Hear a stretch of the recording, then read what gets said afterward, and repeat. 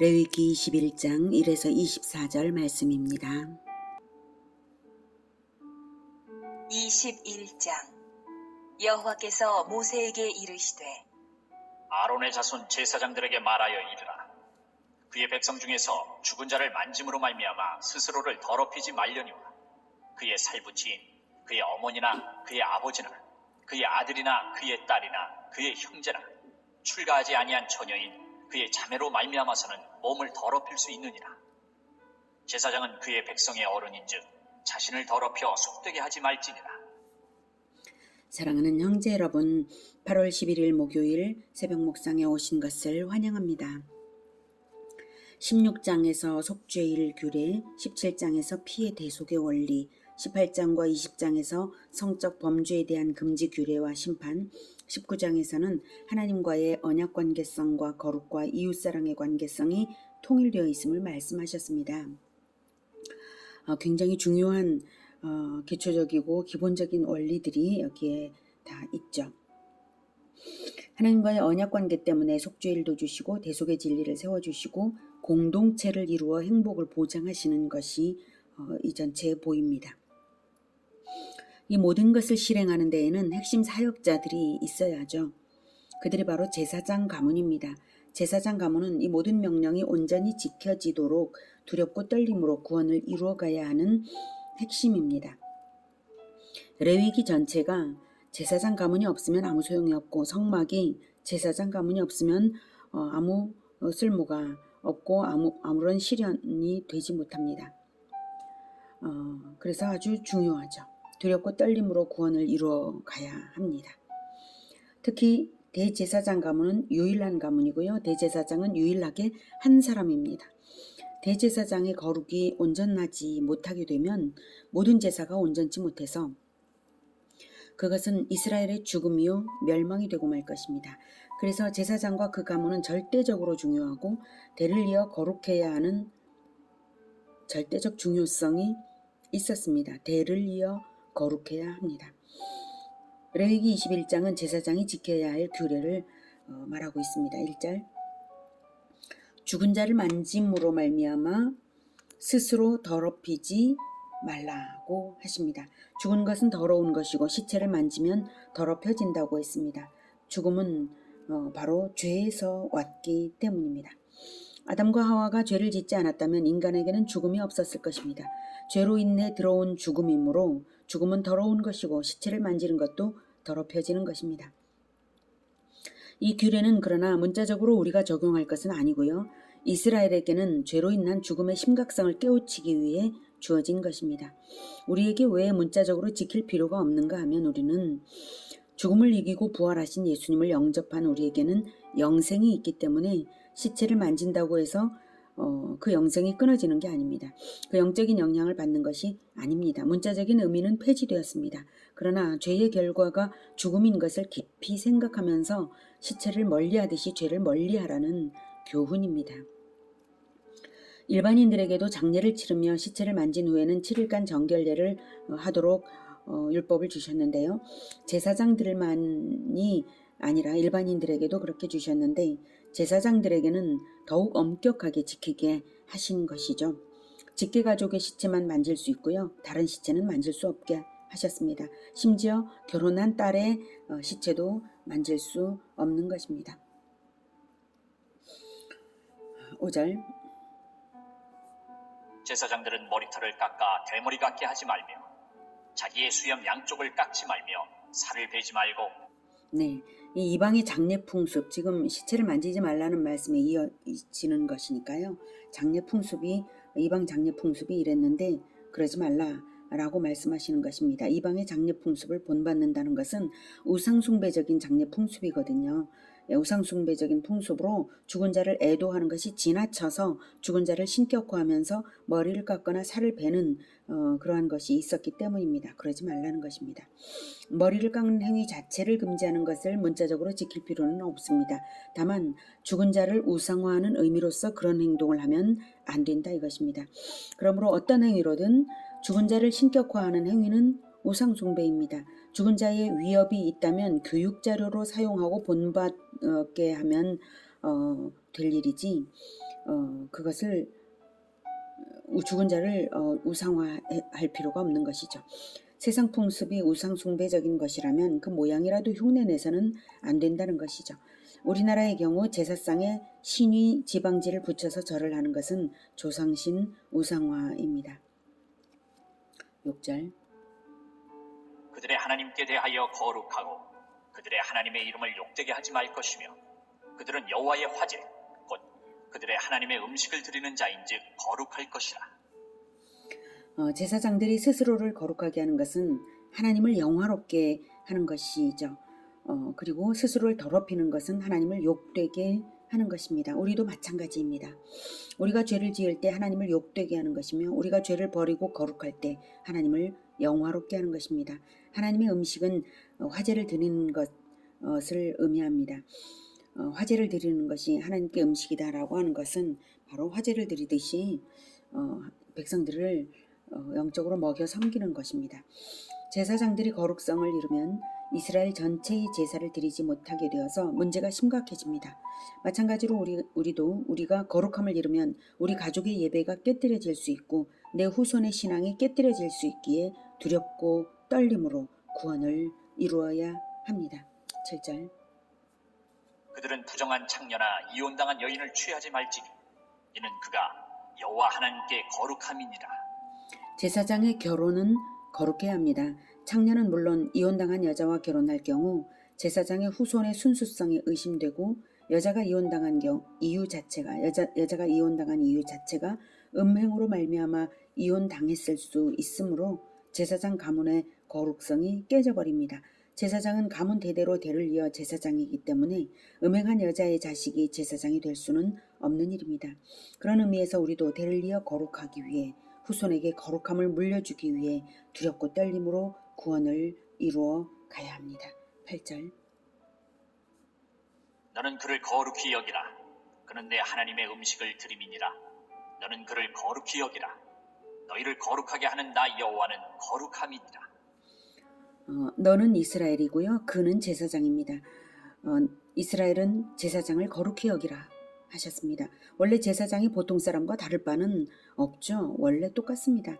경우에 따라서는 일반인이 제사장보다 더 거룩할 수도 있죠. 하지만 하나님은 제사장의 어떠함과 관계없이 무조건 거룩하게 여기라고 명령하십니다. 그렇게 제사장을 거룩히 여김으로써 이스라엘 백성도 거룩해지는 것입니다. 그래서 하나님은 자신의 거룩함을 걸고 제사장을 거룩히 여기라고 명령하십니다. 여러분도 목사는 물론 집사님, 권사님, 성도님들을 서로 거룩히 여기시기를 바랍니다. 거룩히 여기면 거룩해집니다. 결코 성도의 도덕적 약점을 장난삼아 놀리거나 도덕적 허물을 드러내어 말하지 마십시오. 친하다 보면 상대방의 약점도 알게 되고 죄도 알게 되는데요.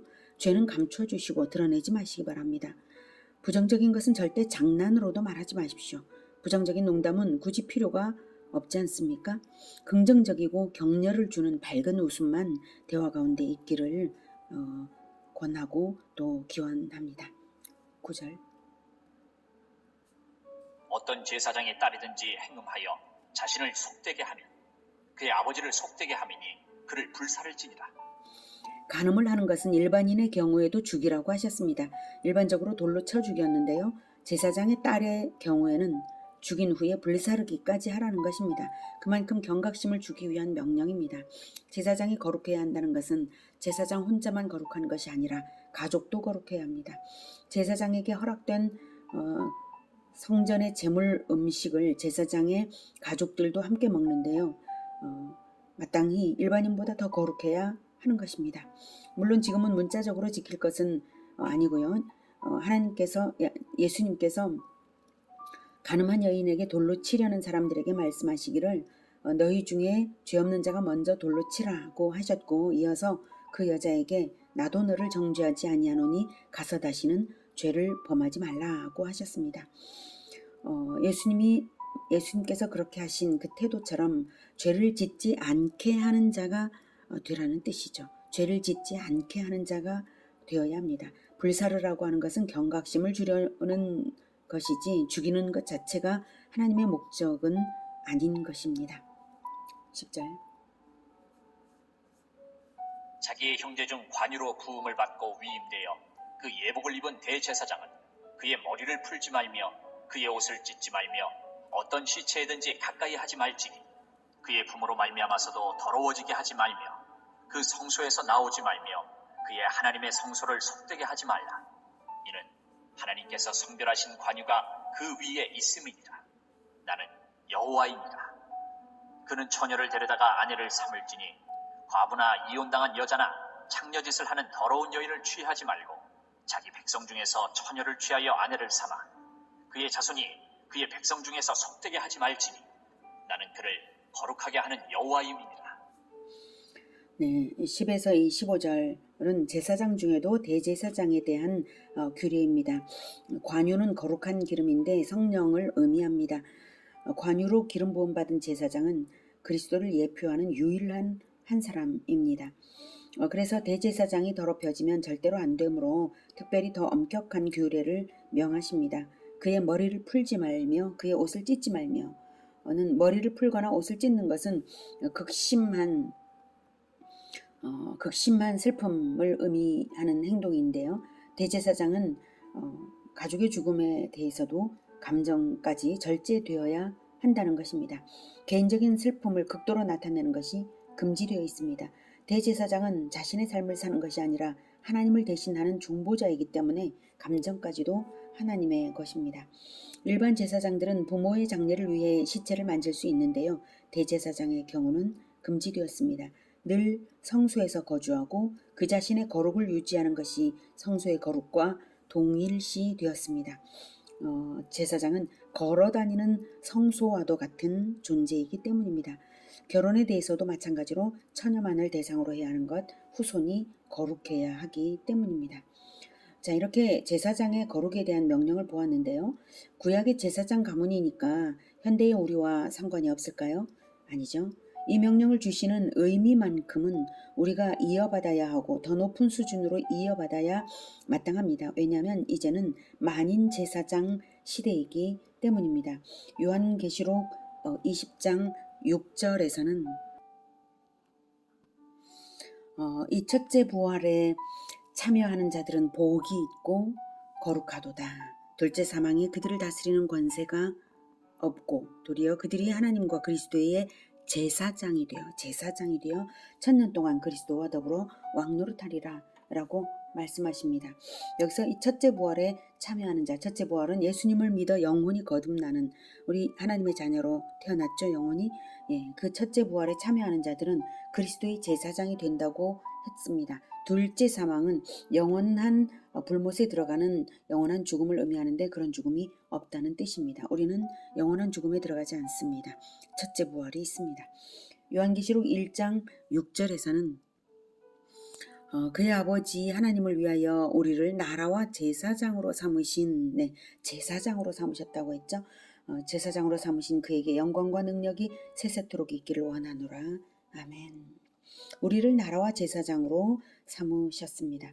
베드로전서 2장 9절에서는 그러나 너희는 택하신 족속이여 왕같은 제사장들이요 거룩한 나라요 그의 소유가 된 백성이니 이는 너희를 어두운 데서 불러내어 그의 기이한 빛에 들어가게 하신 이의 아름다운 덕을 선포하게 하려 하심이라. 그리스도의 아름다운 덕을 선포하는 복음 전파자로서 살아간다는 것, 그것이 바로 우리를 왕같은 제사장으로 삼으셨기 때문에 하는 일입니다. 택하신 족속이요 왕같은 제사장이요 거룩한 나라, 즉 거룩한 공동체입니다. 베드로전서 2장 5절에서는 너희도 산돌같이 신령한 집으로 세워지고 예수 그리스도로 말미암아 하나님이 기쁘게 받으실 신령한 제사를 드릴 거룩한 제사장이 될지니라 라고 말하고 있습니다. 신령한 제사를 드릴 거룩한 제사장이 될지니라. 지금은 제사법은 철폐되었지만 진정한 예배, 영적인 예배를 드리는 그러한 우리가 되도록 부르심받았습니다. 이제는 모두가 제사장이기 때문에 우리에게 엄청난 책임과 엄청난 영광이 맡겨졌습니다. 제대로 한다면 말입니다. 하늘에 엄청난 상도 있을 것이라고 기대합니다. 두렵고 떨림으로 거룩을 유지하여서 제자 대대로 이어갈 때 공동체로서의 구원을 이루어 갈 때 이루어지는 것입니다. 제사장을 세우는 이유가 무엇입니까? 구원은 공동체 구원임을 가르치시는 것입니다. 제사장, 그것은 공동체를 대표하는, 공동체의 거룩을 보장하는 핵심 장치, 그것이 제사장입니다. 여러분의 가정은 장차 교회로 발전될 것임을 믿으시고 하나님이 기쁘게 받으실 신령한 제사, 신령한 제사를 드릴 거룩한 제사장들이 다 되십시오. 예배 인도자가 되십시오. 목사든 아니든 관계없습니다. 거룩한 제사장이 되십시오. 가정 예배를 드리면 그렇게 되는 것입니다. 여러분이 제사장으로서 구원을 어떻게 이루었는지는 예수님 다시 오실 그때에 최후의 심판대에서 다 나타나고 영원한 상급이 있을 것입니다. 행위대로, 행한 대로 최후의 심판대에서는 상급이 있는 것입니다. 거룩한 제사장으로서 두렵고 떨림으로 공동체의 구원을 이루어서 하나님을 영화롭게 하시는 우리 모두가 되기를 축복합니다. 자, 그런데요, 16절부터는 제사장 가문을 구별하시는 하나님의 행동이 아주 특별합니다. 여호와께서 모세에게 말씀하여 이르시되 아론에게 말하여 이르라. 누구든지 너의 자손 중 대대로 육체에 흠이 있는 자는 그 하나님의 음식을 드리려고 가까이 오지 못할 것이니라. 누구든지 흠이 있는 자는 가까이 하지 못할지니 곧 맹인이나 다리 저는 자나 코가 불완전한 자나 지체가 더한 자나 발 부러진 자나 손 부러진 자나 등 굽은 자나 키 못 자란 자나 눈에 백막이 있는 자나 습진이나 버짐이 있는 자나 고한 상한 자나 제사장 아론의 자손 중에 흠이 있는 자는 나와 여호와께 화제를 드리지 못할지니 그는 흠이 있은즉 나와서 그의 하나님께 음식을 드리지 못하느니라. 그는 그의 하나님의 음식이 지성물이든지 성물이든지 먹을 것이나 휘장 안에 들어가지 못할 것이요 제단에 가까이 하지 못할지니 이는 그가 흠이 있음이니라. 이와 같이 그가 내 성소를 더럽히지 못할 것은 나는 그들을 거룩하게 하는 여호와임이니라. 이와 같이 모세가 아론과 그의 아들들과 온 이스라엘 자손에게 말하였더라. 네. 한마디로 신체 장애인은 제사장 노릇을 못한다는 말씀입니다. 제사장 가문이 함께 먹는 지성물을 먹고 누리는 것은 다 누릴 수 있지만 제사장 사역은 절대로 감당하지 못한다는 것입니다. 이 말씀은 장애인에 대한 차별일까요? 네, 아닙니다. 이것은 제물이 흠이 없어야 한다는 것과 동일한 의미입니다. 하나님께 드리는 제물이 양이든 소든 염소든 비둘기든 반드시 온전한 것이어야 합니다. 장애가 있는 것은 절대로 안 됩니다. 그것은 그리스도의 온전함의 예표입니다. 죄 없으시고 완전하신 그리스도의 예표입니다. 제물만 아니라 제사장도 당연히 흠이 없어야 한다는 것을 말씀하시는 것입니다. 똑같습니다. 이것을 장애인에 대한 차별로 받을 것이 아닙니다. 오히려 아론 제사장 가문이 하나님의 사명에 온전히 충성한다면 결코 장애인이 태어나게도 하지 않을 것이고 장애가 결코 생기지 않을 것임을 하나님 스스로 결단하시는 말씀이십니다. 너희들은 내 앞에서 완전히 거룩하라, 이 명령이십니다. 그러면 내가 온전하게 보장하겠다, 이 말씀이십니다. 율법을 처음으로 주시던 그때에는 이렇게 장애가 있는 자는 제사장이 안 된다 이렇게 명령하셨지만 1500년 후 예수님은 어땠습니까? 예수님은 맹인으로 태어난 것이 그 부모의 죄도 아니고 그의 죄도 아니다라고 하시고 보내심을 주셨습니다. 그래서 한때 맹인이었던 자를 흠없게 하신 예수님은 그를 자기 제자로 부르셨습니다. 태어날 때부터 맹인이었던 그 사람을 이제 자기 제자로 부르셨습니다. 제사장으로 부르신 것입니다. 이것이 하나님의 마음입니다. 우리가 보내심을 받아서 비전을 보고 사명을 감당하여 하나님의 일을 나타낼 때에 우리는 하나님 앞에 흠 없는 자로 나타나는 줄을 믿으시기 바랍니다. 닉 부이치치 아시나요? 그는 흠이 있게 태어났지만 흠이 없이 나타난 한 사람입니다. 팔, 다리 없이 태어난 닉 부이치치가 파도 타기를 즐기는 것을 보십시오. 닉 부이치치는 인생 자체의 파도를 타면서 하나님이 주신 인생을 즐거워하면서 목사로서 세계의 많은 사람들에게 복음을 전하고 있습니다.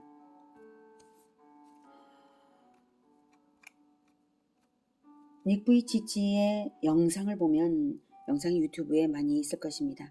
영상을 보면 닉 부이치치에게는 장애 자체가 사역입니다.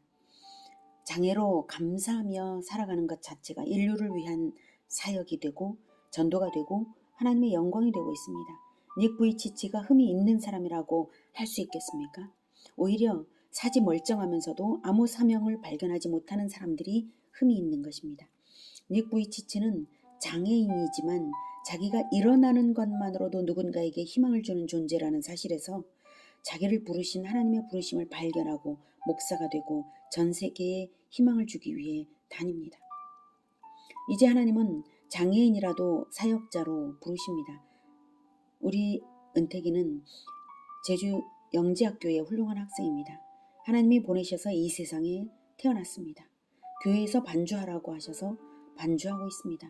장차 예수님처럼 12자녀를 낳아서 제자화를 하는 훌륭한 아빠가 되라고 보내심을 받은 줄 믿습니다. 못할 게 뭡니까? 보내심을 받았는데요. 아멘. 예수 이름으로 은택이의 소통 능력은 깨어날지어다. 예수 이름으로 은택이의 공감 능력은 깨어날지어다. 예수 이름으로 은택이의 사회성은 깨어날지어다. 은택이는 하나님의 사명을 받아서 이루는 충성자가 될 것입니다. 이미 그렇게 하나님의 사명을 받아 이루는 충성자로 살기 시작했습니다. 할렐루야. 하나님의 보내심을 받은 것을 깨달을 때에, 사명을 발견하여 받아 안을 때에 흠이 사라집니다. 장애를 뛰어넘게 됩니다. 흠없이 나타나게 되는 것입니다. 사명을 발견하십시오. 비전을 발견하십시오. 우리는 예수 제자로 부르심 받았습니다. 우리가 포기하지 않고 순종할 때 하나님은 반드시 역사하십니다. 우리가 하나님의 보내심에 순종으로 반응하여 흠없이 나타나는 우리 모두가 그러한 제사장이 되기를 축복합니다. 기도하겠습니다. 하나님, 우리는 마치 장애인처럼 하나님의 부르심을 깨닫지 못하던 때가 있었습니다.